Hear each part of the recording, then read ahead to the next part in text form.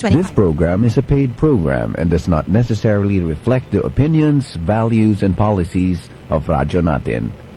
Radyo Natin shall not be held liable for any views or opinions expressed during this program. Ipanan pagkakakiyong ilakas, Jesus muling darating. Mga manlalakbay kayo'y magalang, Jesus muling darating. Ito ang tinig ng pag-asa, isang palatuntunang masayang nagsasabing si Kristo'y muling darating. Tiyak na darating at malapit nang dumating. Kaya't kaibigan, pumadakang siya'y salubungin. Siya'y darating, Jesus muling darating. Okay, isa po mapagpalang umaga sa ating mga tagapakinig, taga-subaybay ng Tinig ng Pag-asa. Ang Tinig po ng Pag-asa ay natin sa atin sa pangunan ng Adventist World Radio, ganoon din po ng Adventist Community Services. Ang inyong makakasama sa loob ng isang oras, ganap ikasama po ang ikalabing-isa ng umaga, si Brother Jari Palabiano. Alabarta po ang inyong makakasama sa pag-aaral ng salita ng ating Panginoon. Ayan. Good morning po sa lahat ng kanila pong mga kabubukas na ng kanila pong mga radyo. No? Papakinggan po tayo sa radyo natin sa San Jose. Mapanood din po tayo sa FB sa 101.7 radyo natin. Ayan. Ako po inyong makikita at mapapanood. Ayan. Samahan niyo po ako sa pag-aaral ng salita ng ating Panginoon. Ayan, no? Good morning po sa lahat. At una ay aking muna pinasalamatan ang Diyos, no, sa pag-iingat niya sa akin. Ako ay makarating dito sa estasyon, no? Ganun din po. Salamat din sa panibagong buhay at lakas na muli ipinagkaloob sa bawat isa sa atin, no? Yan, yung amin pong mga tagapakinig, good morning po sa inyo. Samahan niyo po ako. Ano man ang inyong kinabalahan, ginagawa sa kasalukuyan, ay inyo po akong samahan, no? Akin po kayong in-encourage sa umagang ito na ako po inyong samahan. Ayan. Bago lahat ay akin munang binabati ang ilang mga masusugid nating mga nakikinig sa programang ito, no? Sa dyan po sa Quezon, sa buong Quezon, no? Good morning po. At kay Nanay Opel Mejadero, good morning po. At kay Kuya Noel Española, no? Good morning po sa Batasan Church. Kay sa ating pong mga kapatid dyan, no? Good morning po sa inyo, no? Sa panguna po ni Kuya Jerry de la Vega. Ayan. Sa Mejadero family at sa Untalan family, Panugaw Elias family, Alabarta family, Palabiano family. Good morning po, no? Sa aking mother kay Agustina Palabiano Alabarta, good morning po dyan sa bahay, no? At sa aking pong pamangkin, sa aking may bahay din, sa aking pong nag-iisang misis, no, kay Ira Alabarta, no, at sa amin nag-iisang anak kay Annie Jean Alabarta, no. Good morning po sa inyo, no, sa buong barangay ng Naibuan, no. Good morning po sa inyo. Yan, sa ating pong mga kapatid na katutubo, no, na laging nakikinig sa ating programa. At kay dyan sa Lagnas, good morning din kay Brother Maka, baka nakikinig ka, no? Good morning sa'yo. At dyan din po sa part ng Oriental, no? Sa ating pong Kapit Lalawigan sa Oriental Mindoro. Sa naabot po ng bilang ito, good morning po sa inyo. At ganoon din po dyan sa Antique, no? Good morning sa Merondoki, Romblon, no? Alam kong naabot ito, no? Ayan. At sa akin po mga kapatid, no, good morning sa inyo. Ganoon din po dyan sa Kalindan, no. Yan, good morning po. At dyan din po sa Magsaysay, no, good morning din sa inyo dyan. At dito sa bayan ng San Jose, no, good morning po. Sa ating mga tricycle driver, sa ating pong mga manggagawa, lahat, no, good morning po sa inyo. Ayan. Bagong lahat ay akin munang tayo muna po ay makikinig na isang tanging bilang, no, na makalangit. Pagkatapos tayo ay manalangin. Pagkatapos tayo po ay magpapatuloy na sa ating pag-aaral. Ayan.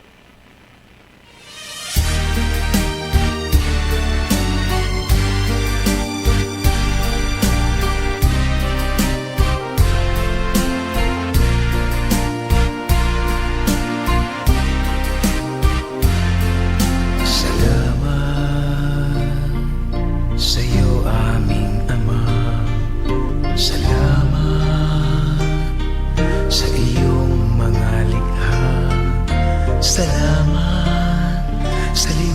liwanag ng araw at buwan. Salamat sa iyo, O Diyos. Salamat, Panginoong Jesus. Salamat sa iyong pagliligtas. Salamat sa buhay na walang hanggan.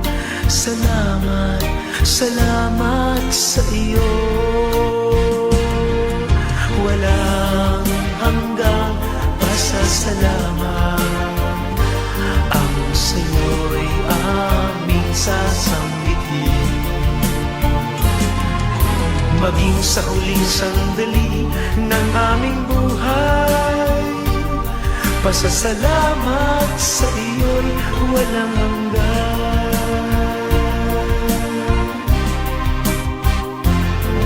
Salamat, Espiritong Banal. Salamat sa liwanag ng buhay. Salamat sa walang hanggang patnubay mo. Salamat sa iyo, Diyos. Salamat sa mga magulang ko. Salamat sa mga kapatid ko.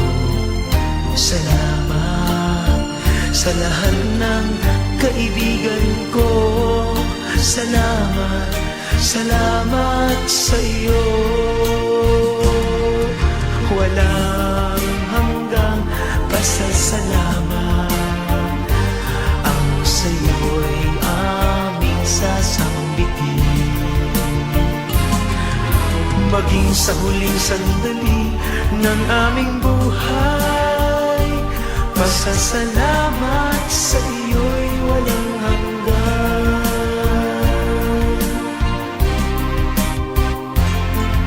Salamat sa bawat pagsubok. Salamat sa tibay ng loob.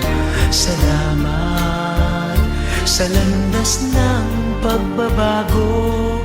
Salamat sa iyo, O Diyos. Salamat sa wagas na pag-ibig mo. Salamat, inibig mo ako. Salamat sa bawat taong nagmamahal. Salamat, salamat sa iyo. Walang hanggang pasasalamat ang sa iyo'y aming sasambitin. Maging sa huling sandali ng aming buhay, pasasalamat sa iyo'y walang hanggan. Walang hanggang pasasalamat ang sa iyo'y aming sasambitin. Maging sa huling sandali ng aming buhay, pasasalamat sa iyo, pasasalamat sa iyo, pasasalamat sa iyo'y walang hanggan. Walang hanggan.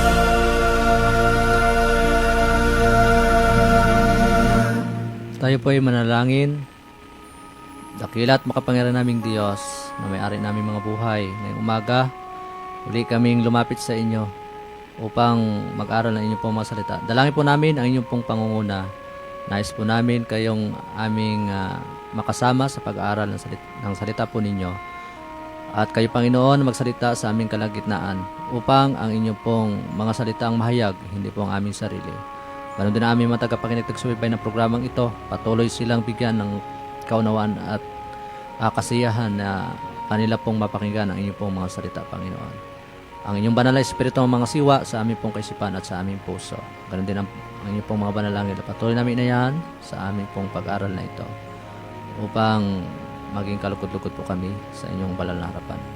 Ang lahat pong ito ay aming pong pinapakiusap at hiniling sa pangalan ni Jesus. Amen. Okay, tayo na po ay magtutuloy-tuloy na mga kapatid sa ating pag-aaral, no, mga kapatid. Atin ang babalikan, no, yung ating mga pag-aaral, no, mga kapatid. Ating pong pag-aaral ngayon ay may kinalaman po sa ating pong likas, no, bilang tao, no. Yung ating pong likas, no, bilang tao, no. Napakalaga po na malaman natin kung ano talaga yung kahinaan natin bilang tao, no. Kasi po talaga tayong mga tao ay mahina, no? Kung ating pag-aralan ang banal na kasulatan sa Henesis, makita po natin napakaganda yung panukala ng ating Panginoon sa ating pong mga naunang mga magulang at mga naunang tao, no? Ang ating pong mga naunang tao, ating pong mga ninuno ay itong si Adan at si Eva, no, mga kapatid. Napakaganda ng panukala ng Panginoon sa kanila na sila ay binigyan ng isang tahanan kung saan sila ay manirahan doon sa halamanan ng Eden, no? Napakaganda po ng kanila pong tahanan na sila ay kasama ng ating pong mahal na Panginoon, no? Napakaganda po ng panukala ng ating Panginoon at yung kanya pong mga tagubilin at kanya pong laging sinasamahan ang kanya pong nilalang na tao, no, na walang iba kundi si Eva at si Adan, no, mga kapatid. Kung ating babalikan doon sa Genesis, na nakita po natin doon na si Adan ang siyang naunang nilalang ng ating pong mahal na Panginoon. At nakita po ng mga ni Adan, no, yung kanya mga kasama at mga hayop doon. At siya ay wala po siyang kapares, no? Wala siyang katintulad, no, na bilang tao. So nakita ng Diyos na malungkot yung lalaki. At anong ginawa ay siya ay gumawa, no, ng isang babae. Kundi ito ay pinatulog itong si Adan upang kunin ng isang tadyang, no, mga kapatid. At ito ay ginawa ang babae, no, mga kapatid.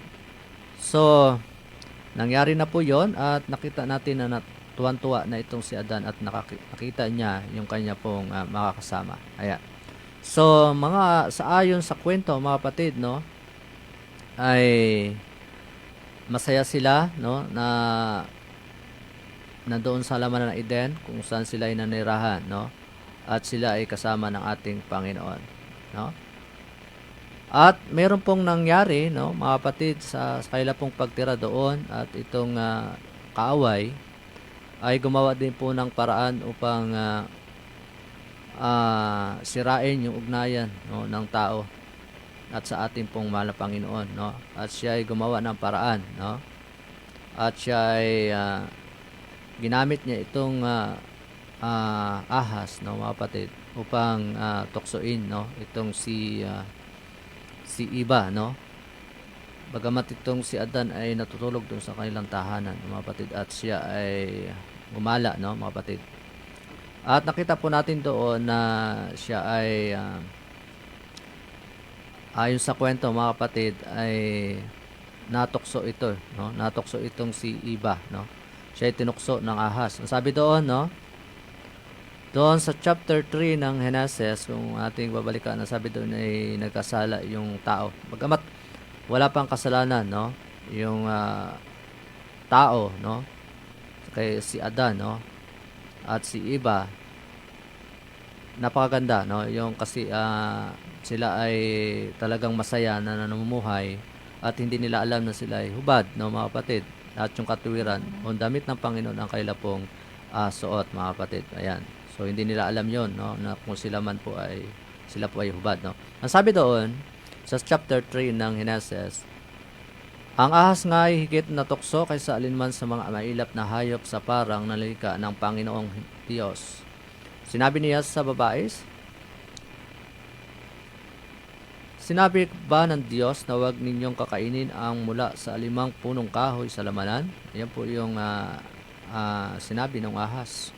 Sa verse 2, at sinabi ng babae sa ahas, makakain namin ang bunga ng mga punong kahoy sa lamanan. Sa verse 3, subalit sinabi ng Diyos, huwag ninyong kakainin ang bunga ng punong kahoy na nasa gitna ng halamanan. Huwag din ninyo itong hipuin, kundi kayo'y mamamatay. Ayan po, no?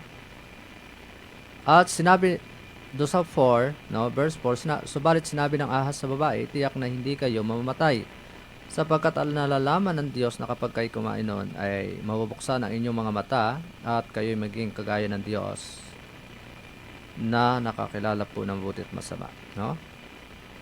So nakita po natin doon yung kontrahan, no, mga kapatid. Ang bili ng Panginoon, huwag kakainin yung isang puno, no, na pagkakilala na mabuti at masama, no? Huwag nilang kakainin yon, no? Ang sabi ng Panginoon, pag kayo kumain nun, kayo ay mamamatay, no, mga kapatid. Ang sabi ng ahas, no, kung ating babalikan ay doon ay sinabi ng babae sa ahas, makakain po namin ng bunga ng punong kahoy sa lamanan, no? Pero merong ibinili ng Diyos, merong doon sa gitna ng halamanan, meron po isang punong kahoy doon, no, na hindi pwedeng kainin yung bunga, no? Ito po yung punong kahoy na ito ay tinatawag na pagkakilala ng mabuti at masama, ng mga kapatid. Yun po yung bili ng Panginoon. Pero sa baliktad doon sinabi ng ahas na hindi kayo mamamatay, kundi kayo ay magkaroon ng kaalaman, no, mga kapatid. Maging katulad kayo ng Diyos, no? Yun po yun ang sinabi ng kaaway, no, ni Satanas, no? Si Satanas talaga yung gumawa nito. Siya po talaga nagsalita doon, no, mga kapatid, no? O ating pag-aaral, no? So, kaya nakita ng babae na nakakalugod, no, sa kanyang paningin, sa panlasa niya po, no, at talagang kinain niya po, no, yung bunga na yon, no, mga kapatid. So, doon po nag-umpisa na walang kasalanan yung tao, at dahil sa pagsuway nila sila po ay nagkasala, no. Ang tao po kasi talaga, mga kapatid, no, ay napakaganda ng layunin ng ating mahal na Panginoon. Sabalit tayong mga tao, no, ay mahina, no? Mahina po tayo sa tukso, no, mga kapatid. Kung ating iisipin, no, napakasimple. Simple yung tagubilin ng Panginoon, no, mga kapatid. Napakasimple po, no, na binili ng Panginoon. Na wag, no, na wag kakain, no. Huwag ninyong kakainin ang bunga ng punong kahoy na sa gitna ng halamanan. Huwag din ninyo itong hipuin, kundi kayo'y mamamatay. So ayaw ng Panginoon na tayo ay mapahamak, no? Kaya gusto ng Diyos diyan ay sumunod tayo, no? Sumunod po tayo sa Kanya. Siya naman po yung nagbigay do sa Kanya pong unang nilalang, no, na si Adan at si Eva. Siya po yung nagbigay ng buhay, no? At napakaganda po ng kanya pong pinagkaloob sa tao, no? Ibinigay na lahat, no? At kasama pa po nila yung Panginoon, no? Tayong mga tao, mga kapatid, ay nakita po talaga natin yung kahinaan, no? Yung kahinaan po, no? Yung kahinaan po ng ating pong unang mga magulang, mga kapatid. Kaya ito po, no, nagkasala itong si Eva at si Adan. Nakita po natin kung ipagpatuloy po natin, mga kapatid, no, doon sa chapter 6, no, kung tutuloy po natin. Kaya nang makita ng babae na ang bunga ng punong kahoy ay mabuting kainin, nakalugod sa paningin at dapat nasain upang maging matalino siya, ay pumitas ng bunga nito at kinain ito, at binigyan din niya ang kanyang asawa na kasama niya, at siya'y kumain, no? So nakita niya po, no, ni Eva, no, yung bunga ng punong kahoy na mabuting kainin, no, nakakalugod. Ninanasa niya po talaga yon na kainin, no, mga kapatid. At sabi doon sa 7, at parehong nabuksan yung kanilang mga mata, bukod sa kinain ni Eva, yung bunga ng punong kahoy na yon, no, ay binigyan niya pa yung kanyang asawa, no, si Adan, dahil mahal na mahal niya ito, no, mga kapatid. At sinabi doon sa 7, at parehong nabuksan yung kanilang mga mata, at nalalaman nilang sila ay mga hubad, at magkakasama silang nagtahi ng dahon ng puno ng igos, at kanilang ginawa itong panakip. So makita po natin doon, hindi man po nila alam na sila ay hubad, no? Ngunit nung sila ay nakakain, no, ng isang prutas na galing doon sa punong kahoy, doon sa gitna ng alamanan, no, ang napagkakilala ng mabuti at masama, ay nabuksan, no, yung kanila pong kaalaman, no, yung kanila pong kaisipan, at nakita nila na sila ay po ay hubad, no. Samantalang nung una, hindi man nila po alam na sila ay hubad, no. So sila ay sumuway at kumain, ay nabuksan po, no, yung kanila pong kaalaman, no. Sabi doon, at sila po ay nabuksan yung kanilang kaalaman at sila po ay nalaman nila sila ay hubad. Ano pong ginawa? Nagtahi po ng dahon ng igo o puno ng igos o dahon ng puno ng igos at kanila po itong ginawang panakip, no? Ayan. Sila po ay nagtahi ng dahon ng igos at kanila po pinanakip sa kanilang hubad na katawan, no, mga kapatid. At sa verse 8, no? Nang matapos mga bagay na yon, at ang Panginoon dumating, no? Ang sabi doon sa verse 8, narinig nila yung tinig ng Panginoong Diyos na lumalakad sa lamanan, sa malamig na bahagi ng maghapon. Nagtago ang lalaki at ang kanyang asawa sa Panginoong Diyos sa mga punong kahoy sa lamanan, no? At so nagtago itong mag-asawa, no? Itong si Adan at si Eva, tumago, no? At doon sa 9, tinawag ng Panginoong Diyos ang lalaki at sa kanya sinabi, saan ka naroroon? Sa verse 10, sinabi niya, naririnig ko ang iyong tinig sa lamanan. Ako may natatakot sapagkat ako'y hubad at ako'y nagtago. O, yan po yung sinabi ni Adan, no? Siya po ay natatakot, no? Sapagkat sila po ay hubad. Sa 11, at sinabi niya, sino nagsabi sa inyong ikaw ay hubad? Kumain ka ba ng bunga ng punong kahoy na inutos ko sa iyong huwag mong kakainin? Ayan po, yung kagad ang tanong ng ating Panginoon sa lalaki, no? Kayo ba'y nakakain o kumain ka ba ng bunga ng punong kahoy, no? Na kanya pong ibinili na huwag kukunin o hipuin, no, mga kapatid. Sa 12, sinabi ng lalaki, ang babae, ibinigay mo na ang aking makasama ang nagbigay sa akin ng bunga ng punong kahoy at ito'y aking kinain. Sinabi ng Panginoon Diyos sa babae, ano itong iyong ginawa? Sinabi ng babae, dinaya ako ng ahas at ako'y kumain. So nagkaganon na po, no? Nagkakuroon na po ng ang tulak, no? Ang sinabi ni Adan at sinabi ng Panginoon, ikaw ba'y nakakain, no? Itong babae na ibinigay mo, siya po yung nagbigay sa akin. At ano po ang ang ginawa ng Panginoon at tinanong yung babae, bakit itong iyong ginawa, no? At sinabi naman ng tulak naman ng babae, no, ni Eva ay itong ahas, no. Nagkaroon na po ng tulak-tulakan sila, no, mga kapatid, no. Nagkaroon na sila ng kanila pong kaisipan, no, na hindi po maganda. Yan. So makita po natin doon na talagang mahina, no, mahina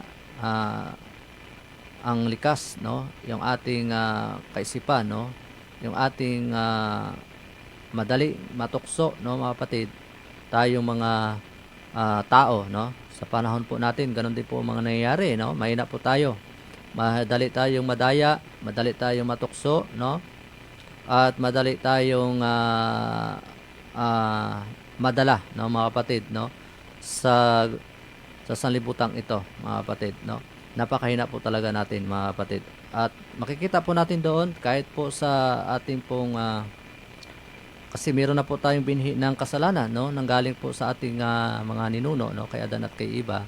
So napapatuloy po 'yon, no, mga kapatid, no. At doon na po naglaganap ang kasamaan, no, mga kapatid, kung ating babalikan pag-aralan, ay doon na po lumaganap yung nag-umpisa na po yung kasamaan, no, nang sila ay mapaalis doon sa lamanan ng Eden, itong si Adan at si Eva, no. At sila ay pinalayas na po doon o pinaalis, no.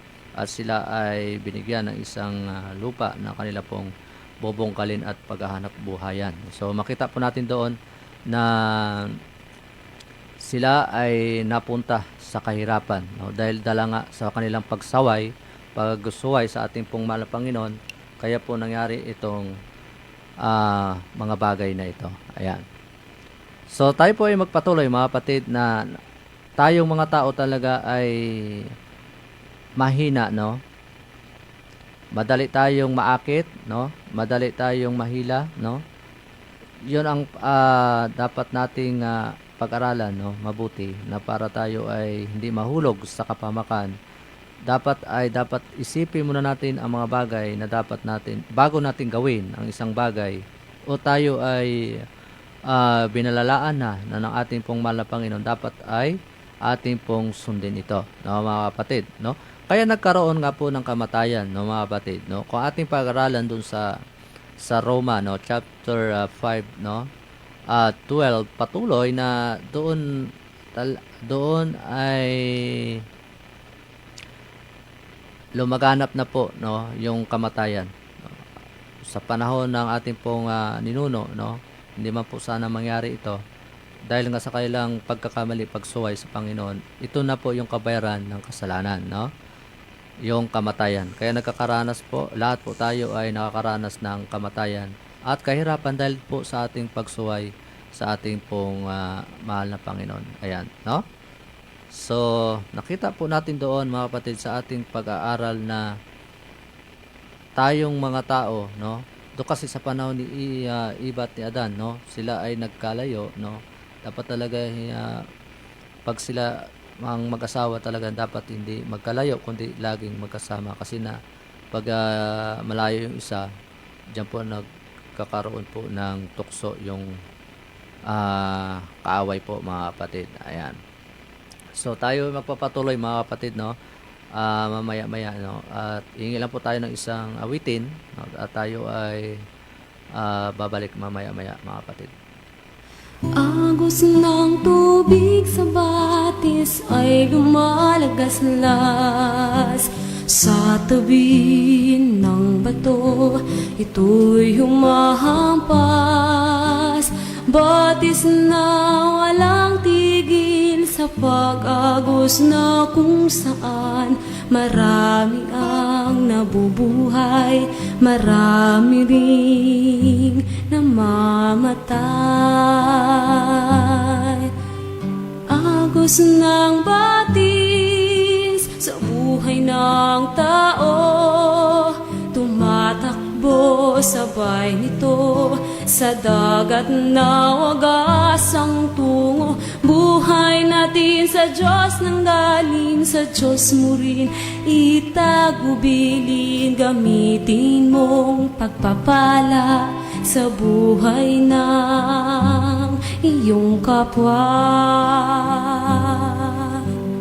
Ang buhay ng mga tao dito sa mundo ay tulad ng isang batis, umaagos na kay bilis. Mahirap man kung iisipin, ngunit kung itagubilin, batis man sa agos mo ay may tuwang mamamasdan. Agos ng batis sa buhay ng tao, tumatakbo sabay nito sa dagat na wagas ang tungo. Buhay natin sa Diyos nang galing sa Diyos mo rin itagubilin. Gamitin mong pagpapala sa buhay ng iyong kapwa. Agos ng batis sa buhay ng tao, tumatakbo sabay nito sa dagat na wagas ang tungo. Buhay natin sa Diyos nang galing sa Diyos mo rin itagubilin. Gamitin mong pagpapala sa buhay ng iyong kapwa.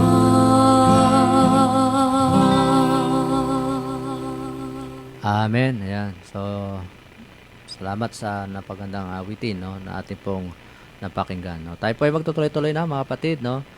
Babalikan natin yung ating pag-aaral, mga kapatid, dito sa Bagong Tipan, no, sa mga taga-Roma, chapters 5 verse 12. Sabi doon, kaya't kung papaano sa pamagitan ng isang tao ay pumasok ang kasalanan sa sanlibutan, sa pamamagitan ng kasalanan ay ang kamatayan, kaya't dumating sa lahat ng mga tao sa kamatayan sapagkat ang lahat ay nagkasala. So maliwanag po sinasabi ng Bible ng mga kapatid, nang magkasala ang ating pong mga ninuno ay nagpatuloy po, no, yung kasalanan, mga kapatid. Dahil po tayo ay pinaglihi, no, sa kasalanan at meron na pong butil, no, ng kasalanan, no. Merong ibinigay, merong ipinagkaloob ang Panginoon sa atin na tayo ay mapabuti, yung kanya pong mga salita, no, yung kanya pong na banal na salita ibinigay sa atin. Ngunit ang kaaway din po ay nagtanim, no. Napakaganda ng pagtanim ng ating pong mahal na Panginoon sa ating mga puso. Ngunit, no, nandyan din po yung kaaway, nagtanim din po, no. Kaya meron sa ating dalawang kaisipan, no, kung sa mabuti at masama, no, mga kapatid. Merong mabuti at meron po tayong masama na iniisip, mga kapatid, no.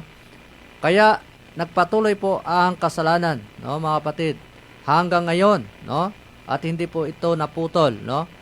Bagamat ang ating pong Panginoong Hesus ay napunta o pinadala ng Ama dito sa sanlibutan ito para tayo ay ipagkasundo muli, no, at magkaroon ng pag-asa tungo doon sa buhay na walang hanggan, mga kapatid. Kung ating ipagpapatuloy doon sa 13 verse 13 ng Roma chapter 5 verse 13, tunay na ang kasalanan ay ng salibutan bago pa dumating ang kautusan, ngunit hindi na ibinibilang ang kasalanan kung walang kautusan, mga kapatid. Kaya nariyan na po, no, dahil sa kasalanan, no, kaya nariyan na po, dumating na po, no, sa atin yung kautusan, mga kapatid, no, upang tayo hindi magpatuloy sa paggawa ng kasalanan. Kaya nariyan yung kautusan ng ating Panginoon. Doon sa 14, sabi doon, gayunman ang kamatayan ay naghahari mula kay Adan hanggang kay Moses. Kahit sa kanila ay hindi nagkasala ang tulad sa paglabag ni Adan na siya'y anyo ng isa na darating. So yan, mga kapatid, nakikita po natin na lumaganap na po yung kasalanan, no, nangyari hanggang kay Adan, hanggang po kay Moses, no. Kahit sa kanila hindi nagkasala, pero nandoon yung paglabag, no, ni Adan, no, sa kanya pong anyo sa isang darating niya, mga kapatid. Kundi ang Panginoon, no, siya ang dumating upang tayo ay magkaroon ng pag-asa. Sabi doon sa 15, subalit ang kaloob na walang bayad ay hindi gaya ng pagsuway, sapagkat ko sa pamagitan ng pagsuway ay isa, marami ang mamatay, lalo pang sumasagana para sa marami ang biyaya ng Diyos. At ang kaloob dahil sa biyaya ng isang tao na si Jesucristo. Kung, mga kapatid, mga kaibigan, mga tagapakinig, no, kung hindi dumating ang ating Panginoong Hesus, wala pong pag-asa, no. Wala po tayong pag-asa sa ikalawang pagkabuhay, mga kapatid, no. Kung hindi tayo natubos, no, hindi tayo natubos, no, mga kapatid, dahil sa habag, sa pagmamahal ng Panginoon sa sangkatauhan, sa ating bilang mga tao, no, siya po ay namatay, no. Para saan po? Para sa atin, mga kapatid, no.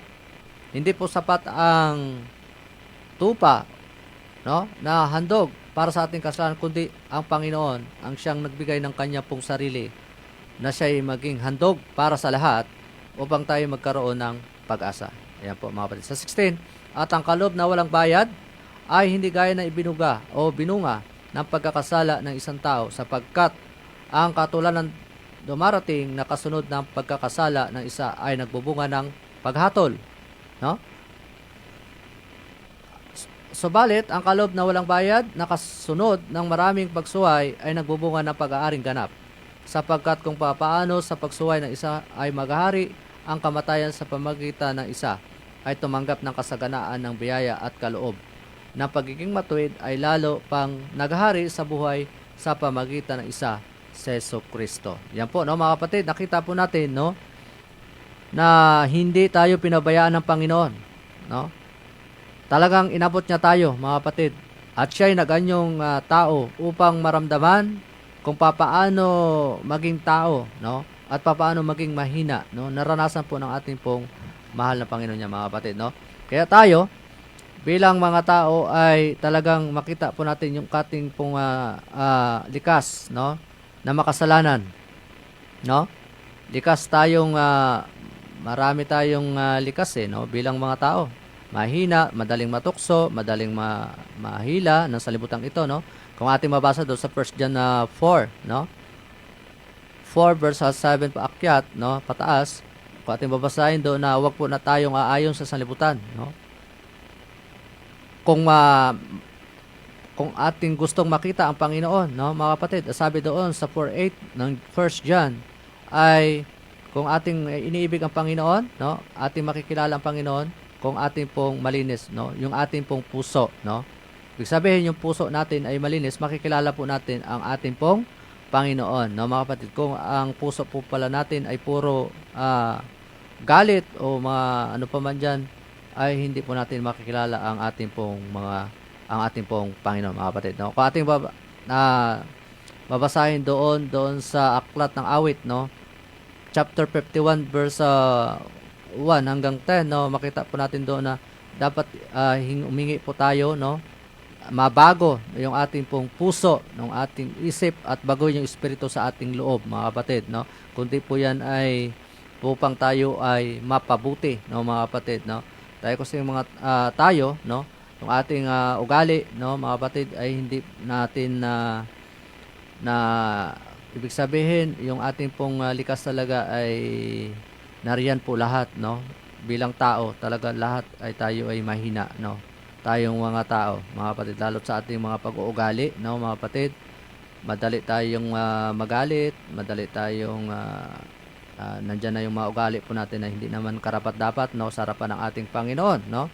Diyan na po yung ugali nating ma-pride, no, ma-pride, mayabang, lahat nasa atin na po, no, mga kapatid, no.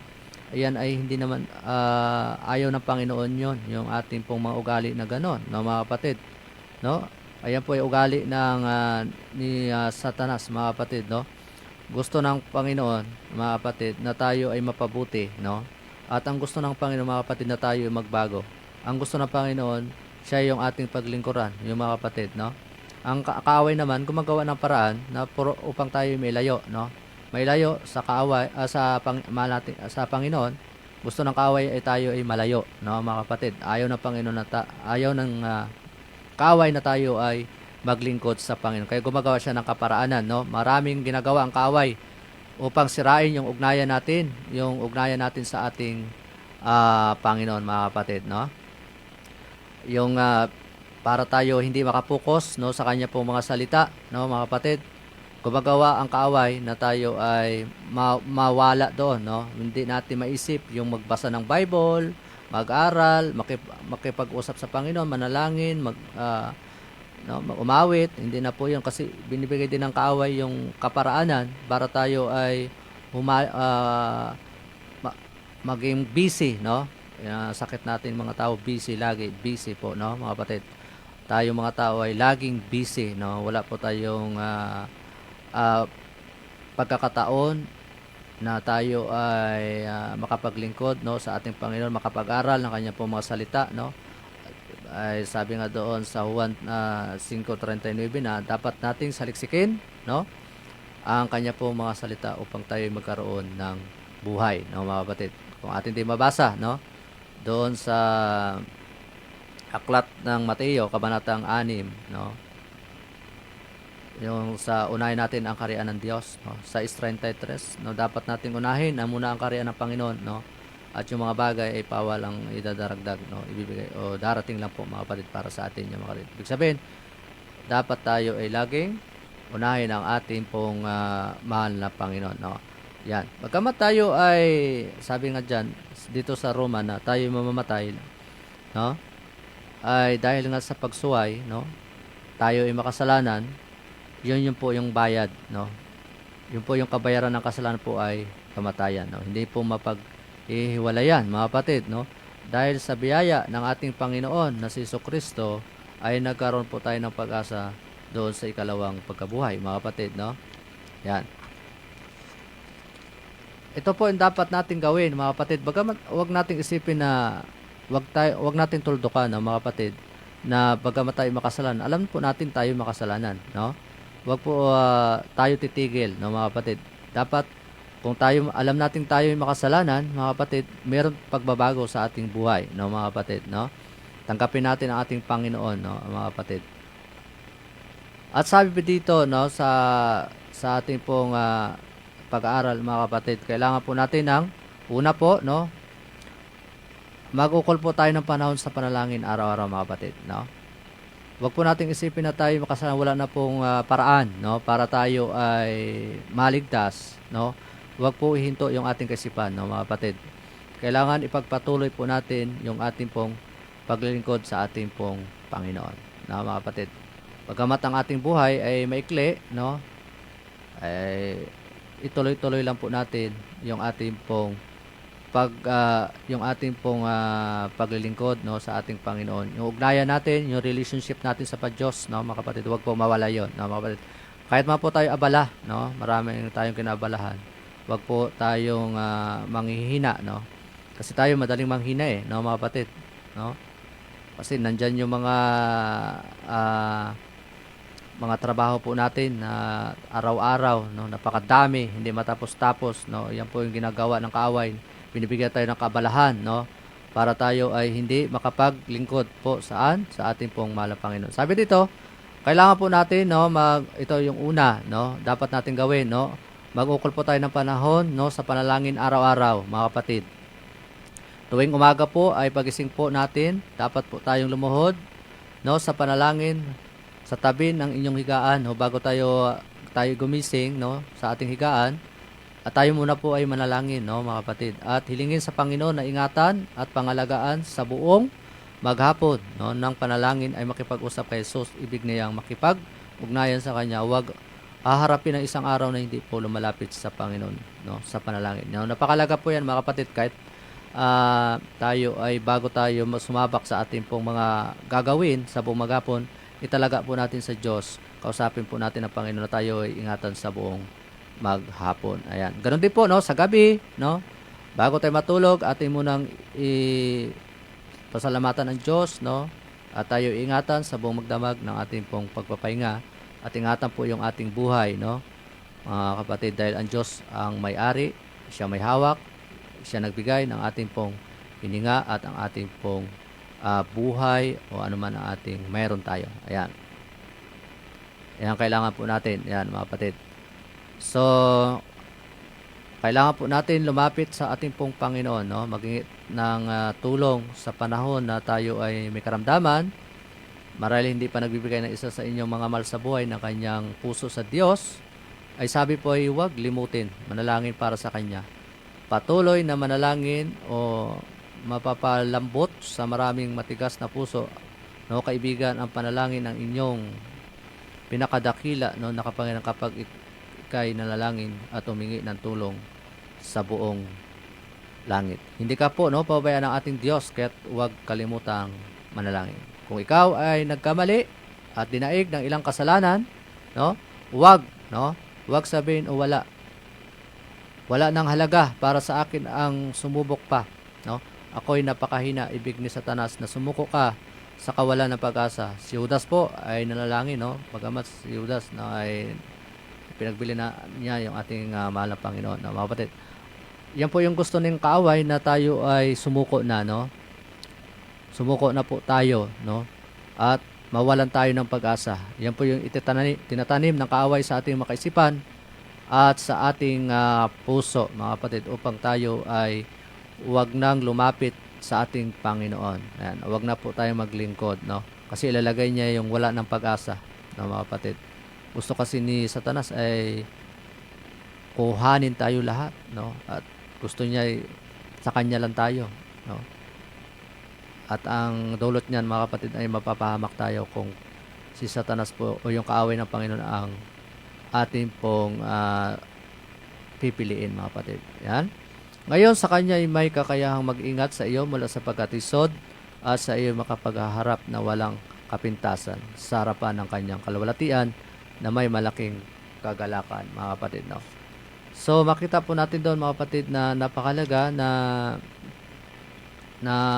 tayo ay lumapit sa ating mahal na Panginoon, mga kapatid, no. At mag-ukol din po, no, hindi lang po na manalangin, kundi magbasa din po tayo ng Biblia araw-araw, mga kapatid, no. Mag-aral po tayo ng salita ng ating Panginoon, no. At doon sa pangatlo ay kailangan ay maging matiyaga sa lahat ng pagkakataon. Ayan. So, dito ating basahin dito sa aklat ng awit, no? Ito yung dapat nating hilingin sa Diyos, no, mga kapatid. Upang tayo ay mapabuti, no, mga kapatid, no? Dito sa awit na kabanatang 51 verse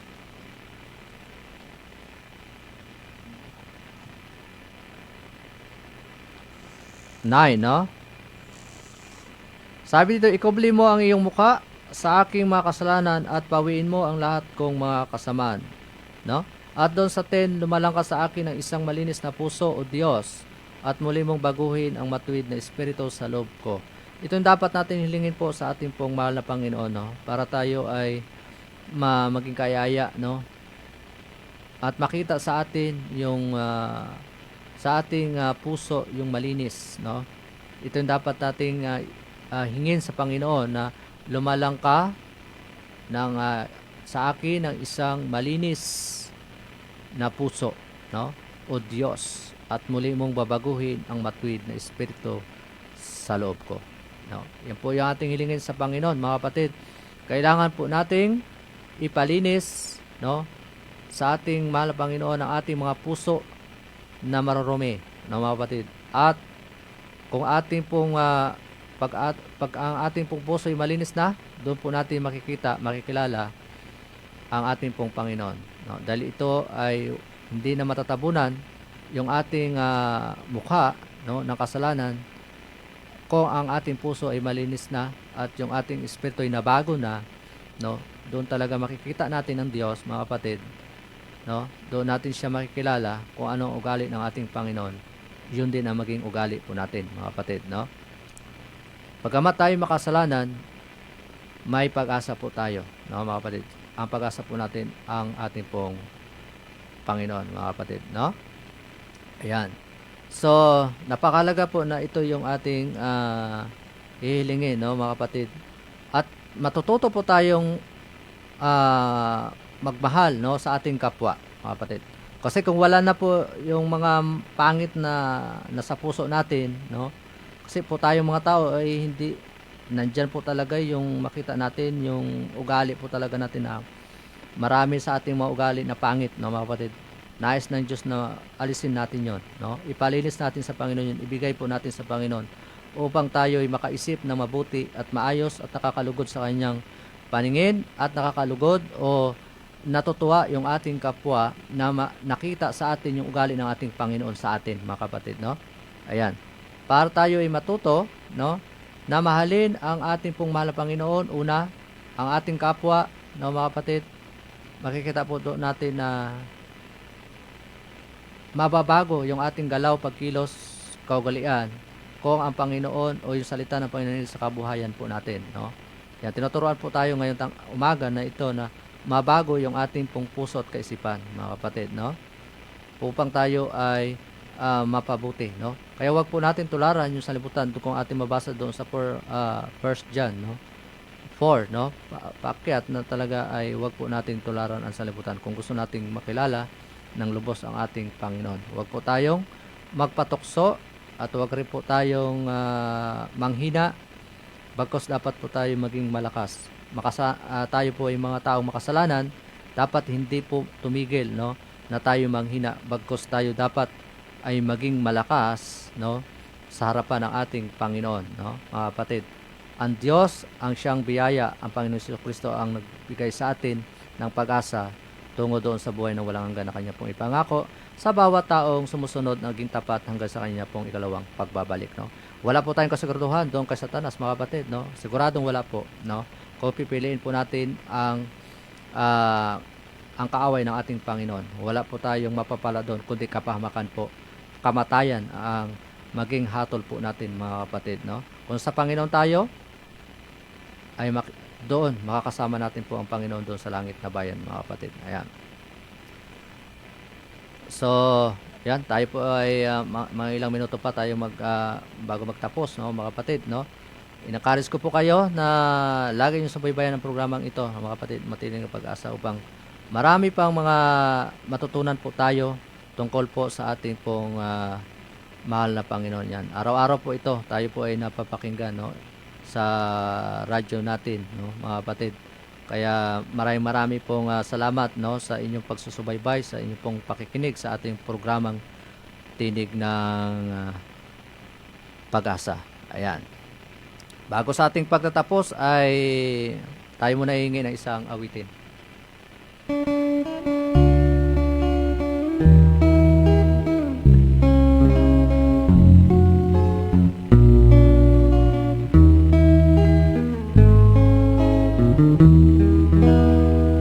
Sa Panginoong Hesus, ako'y nagtitiwala sa biyaya niya't habag.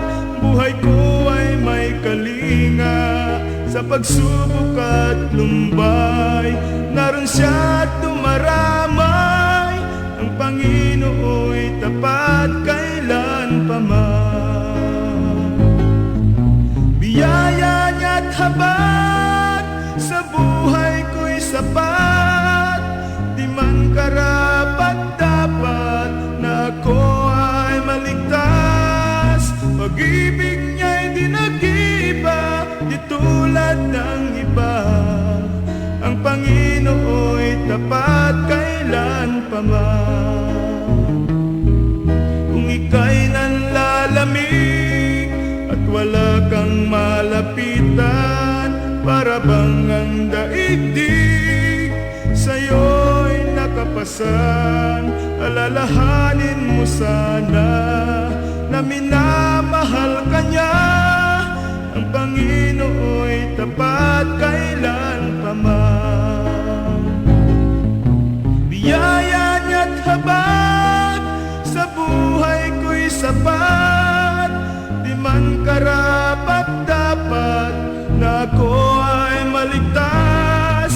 Pag-ibig niya'y di nag-iba, di tulad ng iba. Ang Panginoo'y tapat kailan pa man. Biyaya niya't habag sa buhay ko'y sapat, di man karapat dapat na ako ay maligtas. Pag-ibig niya'y di nag-iba, di tulad ng iba. Ang Panginoo'y tapat kailan pa man. Ang Panginoo'y tapat kailan pa man. Amen. Okay, maraming pong salamat sa mga sumbaybay ng programa Tinig ng Pag-asa, sa mga nakinig, sa mga nanood sa FB. Maraming pong salamat. Ang Diyos na magpala po sa inyong lahat.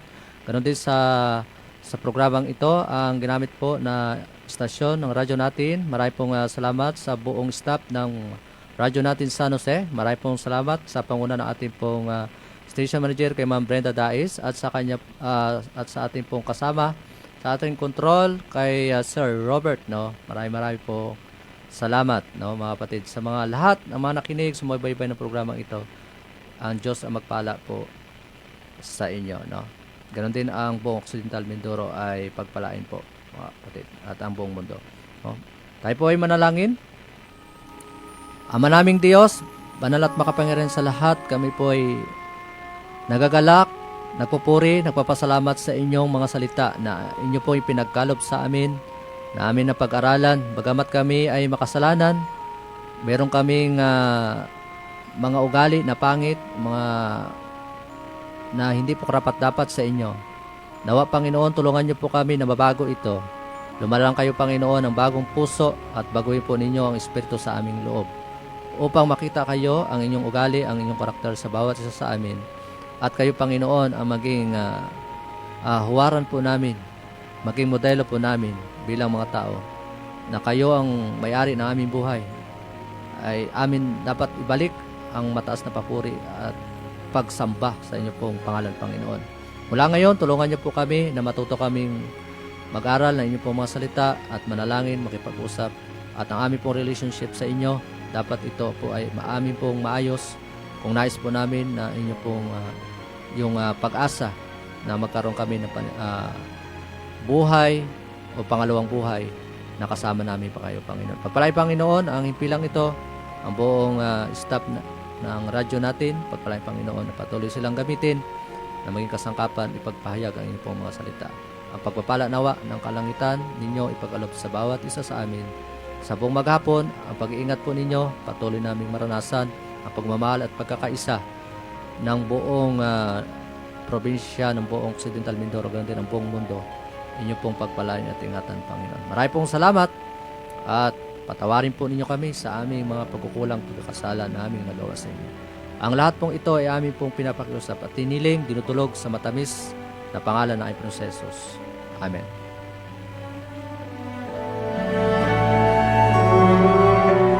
Siya'y darating,